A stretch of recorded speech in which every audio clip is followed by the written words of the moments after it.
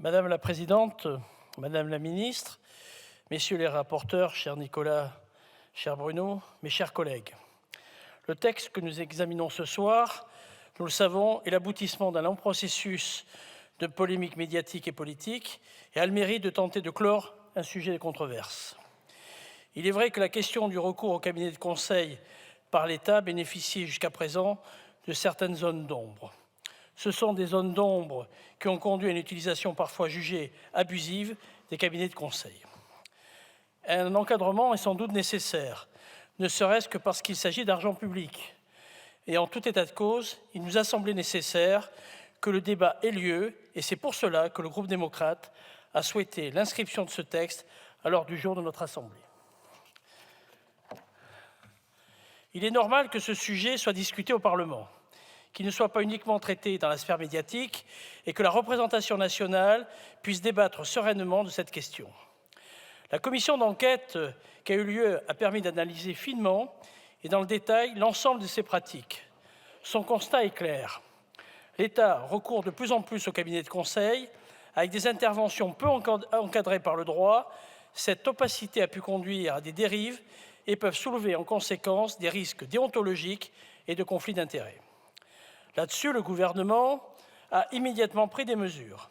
D'abord, une circulaire sur l'encadrement du recours par les administrations et les établissements publics de l'État aux prestations intellectuelles. Ensuite, la refonte du cahier des charges, des clauses administratives particulières de l'accord cadre de la direction interministérielle de la transformation publique. Enfin, la rédaction par le syndicat représentatif des cabinets de conseil français d'une charte de déontologie pour des interventions de conseil auprès du secteur public. Ces décisions étaient nécessaires, mais comme toute décision prise dans l'urgence, elles ne représentaient que des solutions de court terme, devant être complétées par des mesures de plus long terme, travaillées avec l'ensemble des acteurs. C'est tout l'objet de cette proposition de loi qui vient compléter notre arsenal législatif en mettant en œuvre les recommandations de la commission d'enquête, un texte qui a évolué au gré de la navette pour alléger certaines dispositions initiales, lourdes à supporter pour les administrations et qui n'auraient pas été en mesure de supporter une telle augmentation de leur activité. Ce point est très important. Nous devons rester vigilants aux monstres normatifs que l'on crée quotidiennement dans cet hémicycle et qui justifient parfois le rejet de nos concitoyens.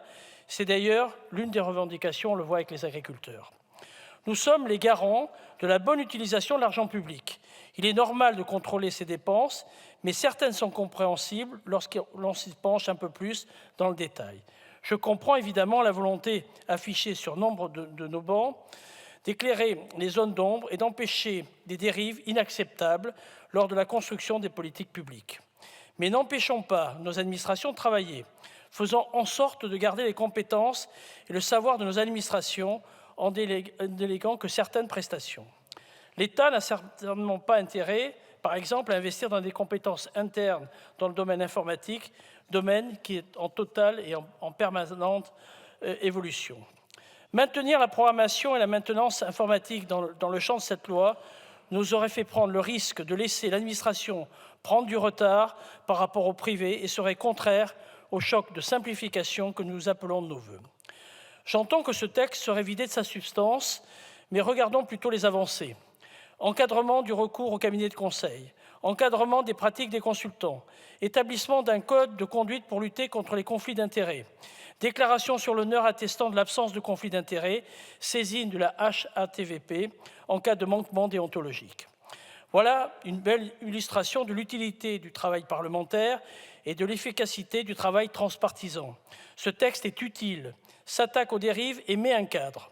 J'espère par exemple que lors de nos discussions ce soir et demain, nous déciderons aussi de réintégrer dans le champ de la proposition de loi le cas des collectivités territoriales qui ont massivement recours à ces prestations extérieures.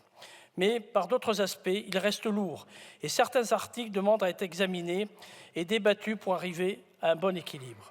Merci aux rapporteurs pour leur travail, pour avoir constamment cherché à conserver l'équilibre entre l'Assemblée et le Sénat et entre les forces politiques de notre Assemblée. Pour l'ensemble de ces raisons, et en fonction de l'allègement de certaines dispositions, le groupe démocrate votera en faveur de cette proposition de loi. Je vous remercie.